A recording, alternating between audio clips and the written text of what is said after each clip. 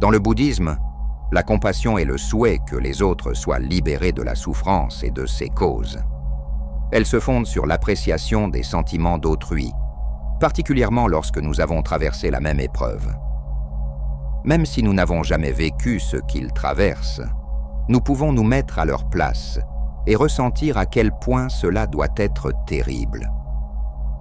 En imaginant à quel point nous voudrions en être libérés, nous aspirons fortement à ce que les autres le soient aussi.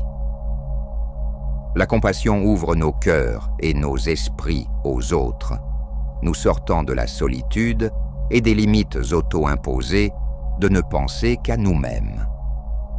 Nous faisons tous face à des problèmes dans la vie, et lorsque nous nous sentons connectés aux autres, nous surmontons l'isolement et l'anxiété. Être compatissant est scientifiquement prouvé comme nous rendant plus heureux et plus en sécurité. Prendre au sérieux la douleur et la souffrance des autres et vouloir aider nous donne une force intérieure et une confiance en soi.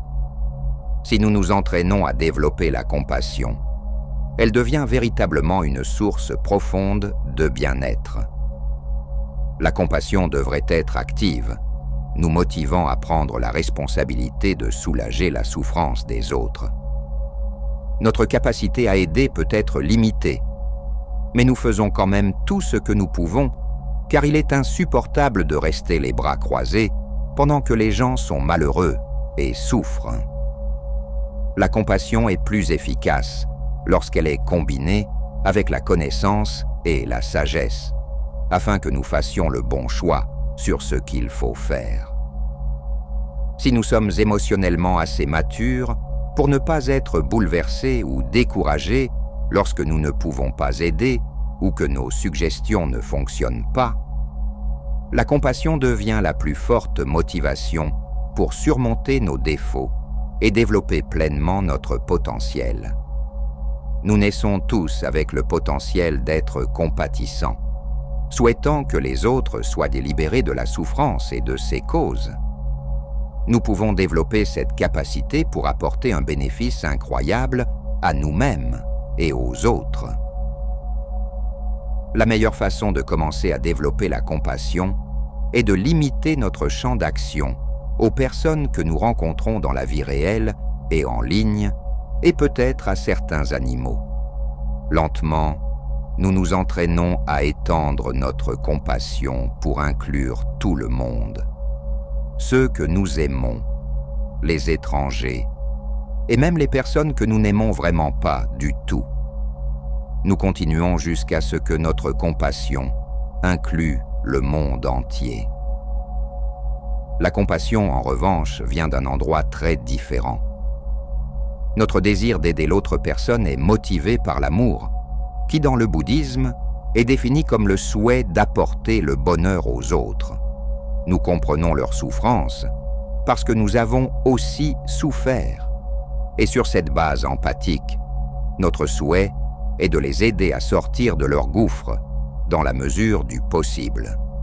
Nous ne prenons pas leur douleur comme la nôtre. En fait, notre expérience de la réalité est idéalement celle d'une paix et d'un bien-être sans limite. En tant que soignants bienveillants et calmement objectifs, nous pouvons offrir beaucoup plus que si nous étions pris dans l'émotion empathique. Fait intéressant, c'est quelque chose qui semble venir avec la formation médicale. Je ne doute pas que les médecins et les psychologues qui viennent dans notre centre bouddhiste soient des personnes compatissantes.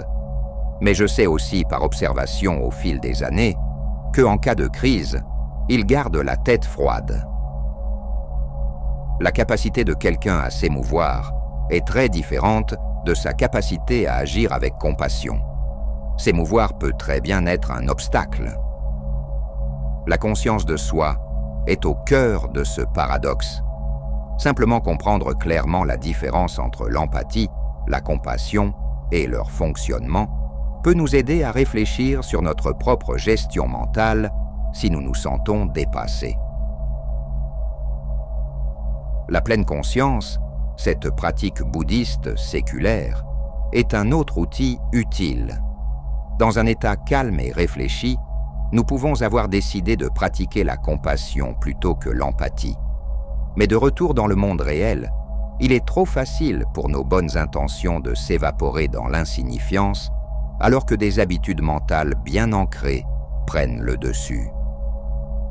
En cultivant la pleine conscience de nos propres pensées, que je considère parfois comme le lama dans mon esprit, nous avons plus de chances de nous rattraper avant d'avoir passé trop de temps dans un état d'empathie non contrôlé et de passer plutôt à un état de compassion.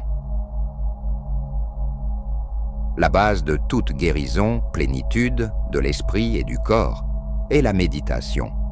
Plus nous sommes familiers avec la vraie nature de notre propre esprit, plus nous nous identifions à cela, plutôt qu'aux pensées et émotions qui le traversent constamment.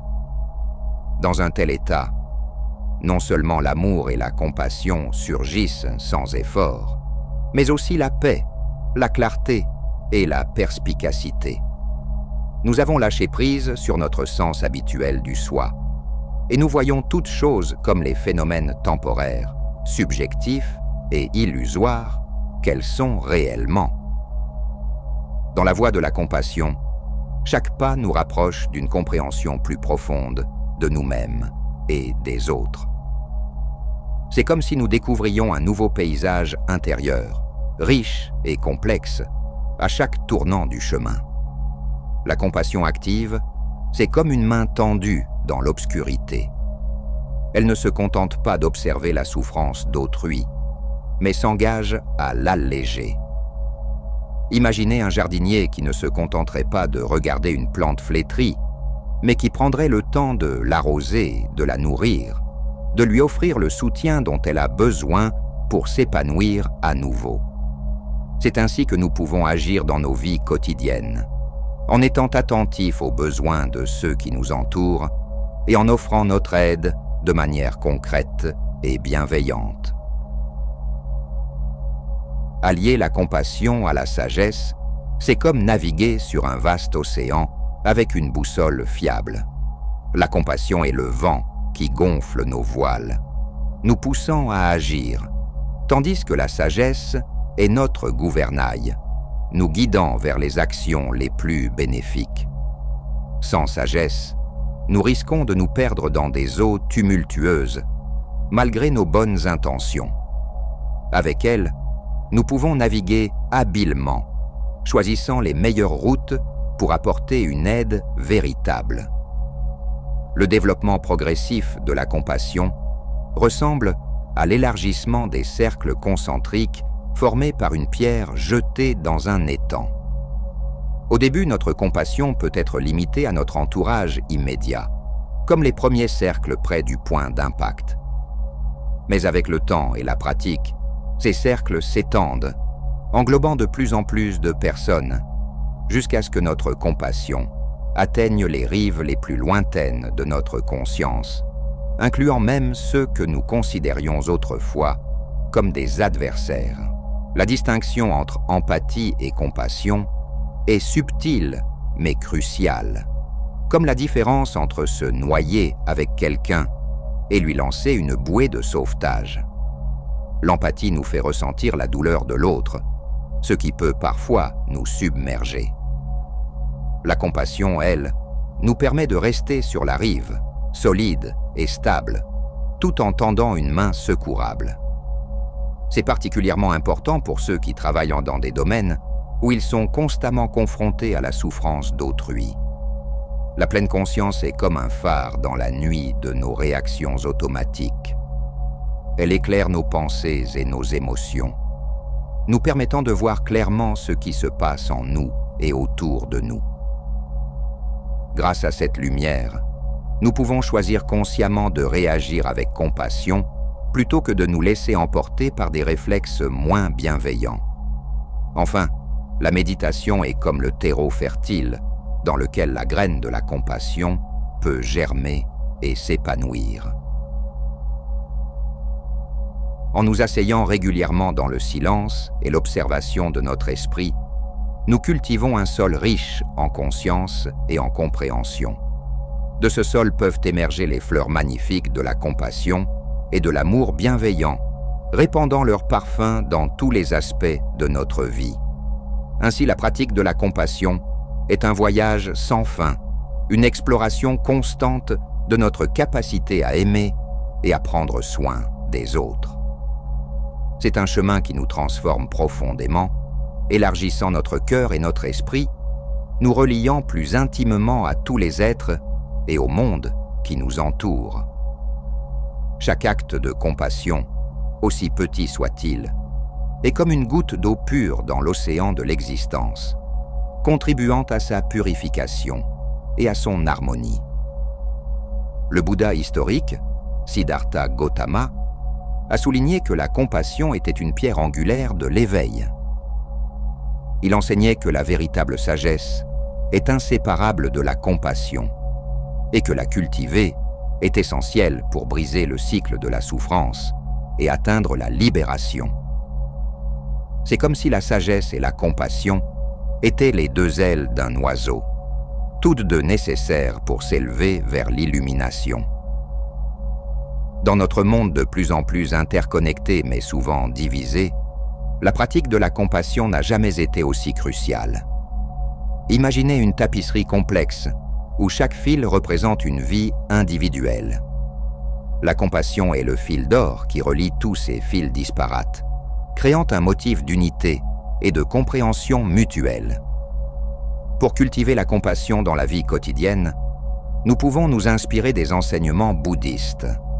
La méditation de pleine conscience, par exemple, peut être comparée à l'action d'éclaircir un miroir embué.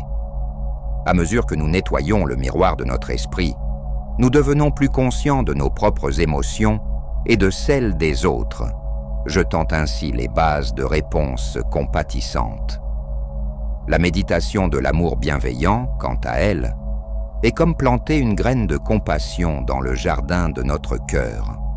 En arrosant régulièrement cette graine avec des pensées de bienveillance envers nous-mêmes et les autres, nous la voyons grandir et s'épanouir, étendant progressivement ses branches pour embrasser un cercle toujours plus large d'êtres. L'écoute active est un autre aspect crucial de la pratique de la compassion. Imaginez-vous comme une coupe vide, prête à recevoir les paroles et les émotions de l'autre, sans jugement ni interruption. Cette forme d'écoute est un acte puissant de compassion qui peut approfondir notre compréhension et notre connexion avec les autres. Bien que les bienfaits de la compassion soient évidents, sa pratique n'est pas toujours aisée. Parfois, nous pouvons nous sentir submergés par la souffrance des autres, comme un nageur luttant contre un courant puissant. Les enseignements bouddhistes soulignent l'importance de l'équilibre et du soin de soi pour maintenir une action compatissante durable. C'est comme recharger régulièrement une batterie pour qu'elle puisse continuer à alimenter une lampe qui éclaire le chemin des autres. Dans certains contextes, la compassion peut être confondue avec de la faiblesse. Pourtant, la véritable compassion exige souvent un grand courage et une grande force. C'est comme un arbre qui plie sous le vent mais ne rompt pas, offrant abri et soutien même dans les tempêtes les plus violentes. Les enseignants qui vont au-delà de leurs devoirs pour soutenir leurs élèves, en particulier ceux qui font face à des défis, incarnent la compassion dans leur travail quotidien. Ils sont comme des phares, guidant leurs élèves à travers les eaux parfois tumultueuses de l'apprentissage et de la croissance personnelle. Même dans notre vie quotidienne, nous pouvons trouver des expressions de compassion. Aider un étranger à porter ses courses, écouter un ami dans le besoin ou choisir des produits éthiques sont autant de petites gouttes de compassion qui, ensemble, forment un océan de bienveillance. En embrassant la compassion, nous ne soulageons pas seulement la souffrance des autres, mais nous trouvons également une plus grande paix, un sens et un accomplissement dans nos propres vies. C'est comme allumer une bougie. En éclairant le chemin pour les autres, nous illuminons également le nôtre. Alors que nous avançons dans nos voyages individuels et collectifs, Rappelons-nous que chaque acte de compassion, aussi petit soit-il, se propage comme une onde, créant un monde plus empathique et interconnecté. De cette manière, nous pouvons tous contribuer à réaliser la vision bouddhiste d'un monde libéré de la souffrance, une action compatissante à la fois. Le chemin de la compassion n'est pas toujours facile, mais il est profondément gratifiant.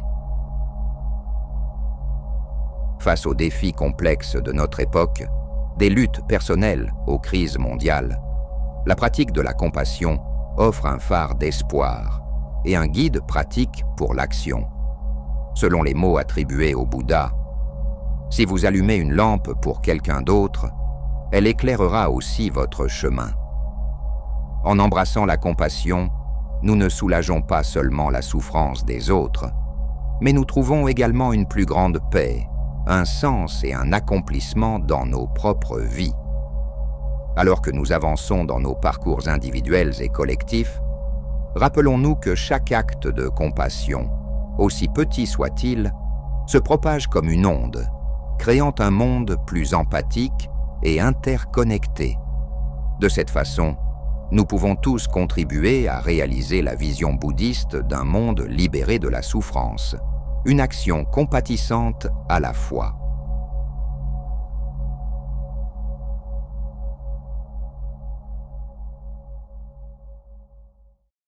Chers amis, je vous remercie d'avoir parcouru ce chemin avec moi durant cette vidéo.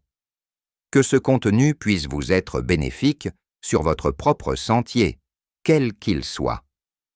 Rappelez-vous, la vraie sagesse ne réside pas dans les mots, mais dans l'expérience vécue. Alors allez-y, vivez pleinement, explorez sans relâche.